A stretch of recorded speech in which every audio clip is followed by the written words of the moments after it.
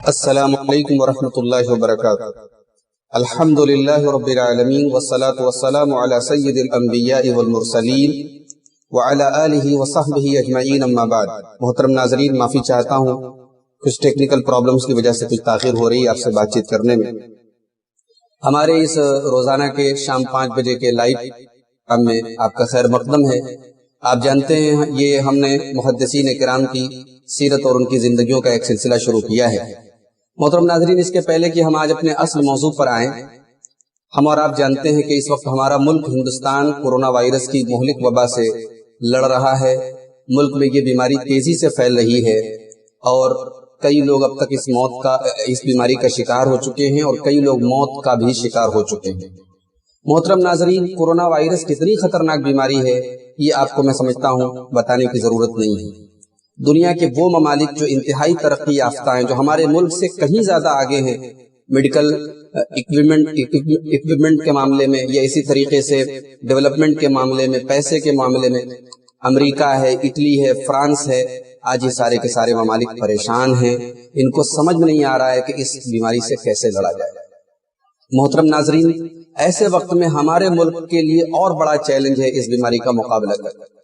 اسی لیے ماہرین کا کہنا ہے کہ ہمارے ملک میں سب سے بڑا اس بیماری سے بچنے کا طریقہ یہ ہے کہ اس کو بریک کیا جائے، اس کی جو چین ہے اس کو توڑا جائے۔ لوگ گھروں سے باہر نہ نکلیں، سوشل ڈسٹینس بنا کے رہیں، ایک دوسرے سے دور رہیں، کر کے نکلیں، چہرے کو ڈھانک کر کے نکلیں، ہاتھوں کو صاف رکھیں۔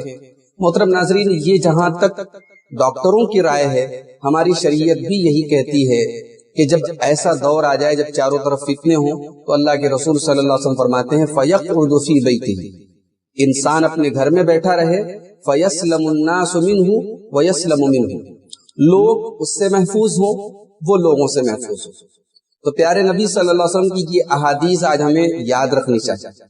اور محترم ناظرین، یہاں پر ایک بات میں آپ سے یہ بھی کہنا چاہوں گا کہ آپ جانتے ہیں کہ تبلیغی جماعت کا معاملہ لے کر کے میڈیا نے جو زہر اگلا ہے پچھلے 3-4 دنوں میں اور جو فضا بنائی ہے، اس کا اثر آپ پورے ہندوستان میں محسوس کر رہے ہیں۔ باقاعدہ اس کو کورونا جہاد کہا جا رہا ہے اور مسلمانوں کے تعلق سے یہ ان کی چھوی بنائی جا رہی ہے، ان کی یہ امیج بنائی جا رہی ہے کہ مسلمان جان بوجھ کر کے کورونا وائرس پھیلا رہے ہیں۔ جبکہ کامن سینس کی بات ہے کہ اگر 2 منٹ کے لیے یہ مفروضہ مان لیا جائے، یہ غلط بات تسلیم کر لی جائے کہ تبلیغی جماعت نعوذ باللہ وہ لوگ اس طریقے کا وائرس پھیلا بھی رہے ہیں، تو دنیا جانتی ہے کہ تبلیغی جماعت کے سارے کام ان کے مسلمانوں کے درمیان ہوتے ہیں، وہ مسلمانوں کے درمیان دعوت و اصلاح کا کام کرتے ہیں۔ تو کیا نعوذ باللہ وہ اپنے ہی بھائیوں کو کورونا وائرس کی اس بیماری میں سے ہلاک کرنا چاہتے ہیں؟ یہ بے سر پیر کی بات ہے، لیکن میڈیا نے اس کو پھیلایا ہے اور پھیلانے کا نتیجہ یہ ہے کہ دھیرے دھیرے ڈھونڈ کر کے تبلیغی جماعت کے لوگوں کو گرفتار کیا جا رہا ہے، ان کو مارا جا رہا ہے، اور اتنا ہی نہیں، ان کے نام پر سارے مسلمانوں کے خلاف ایک ماحول بنایا جا رہا ہے۔ آپ محسوس کرتے ہوں گے کہ غیر مسلم علاقوں سے مسلمانوں کا گزرنا محال ہو رہا ہے، ان کے اوپر گولیاں کسی جا رہی ہیں، آوازیں کسے جا رہے ہیں، ان کو بہت سارے غیر مسلم کالونیوں اور علاقوں میں گھسنے نہیں دیا جا رہا ہے۔ یہ انتہائی افسوس کی بات ہے، لیکن محترم ناظرین، میں آپ سے یہ کہنا چاہوں گا فی الحال ہمارے پاس اس کا صرف ایک علاج اور ایک ہی حل ہے کہ ہم صبر سے کام رکھیں اور ہم جو حکومت کی گائیڈ لائنز ہیں اور جو ڈاکٹروں کے مشورے ہیں ان پر عمل کریں، گھر سے بلا ضرورت نہ نکلیں، اپنے طور پر ہم احتیاط کریں۔ انشاءاللہ جب یہ بیماری ہمارے ملک سے چلی جائے گی، انشاءاللہ ہم پھر اس ملک میں جو میڈیا نے نفرت کا زہر بویا ہے ہم اس کا تدارک کرنے کی کوشش کریں گے۔ فی الحال ہم احتیاط سے کام کریں۔ ساتھ ہی ساتھ میں ان ضمیر فروش لوگوں کو جو مسلمان ہونے کے باوجود صرف مسلکی اختلاف کی بنیاد پر آج تبلیغی جماعت خلاف زہر اگل رہے ہیں، سوشل میڈیا پر جو بیانات آ رہے ہیں کہ بھئی یہ لوگ جو ہے یہی کام کرتے ہیں اور ان کو ہمارے وطن سے نکال دینا چاہیے۔ افسوس کی بات ہے کہ ایک ایسے وقت میں جبکہ پوری قوم نشانے پر ہے، اگر کچھ لوگ مسلک اور فرقہ کے اینگل سے اس کو دیکھ رہے ہیں اور تبلیغی جماعت کو صرف اس لیے نشانہ بنا رہے کیونکہ وہ ان کے عقیدے اور ان کے مسلک سے الگ دوسرے مسلک سے تعلق رکھتے ہیں، تو میں سمجھتا ہوں کہ یہ انتہائی کمظرفی اور انتہائی بے وقوفی اور غیر دانشمندی کی بات ہے۔ محترم ناظرین، فرقہ پرست یہ مسلک دیکھ کر آپ پر حملہ نہیں کرتے۔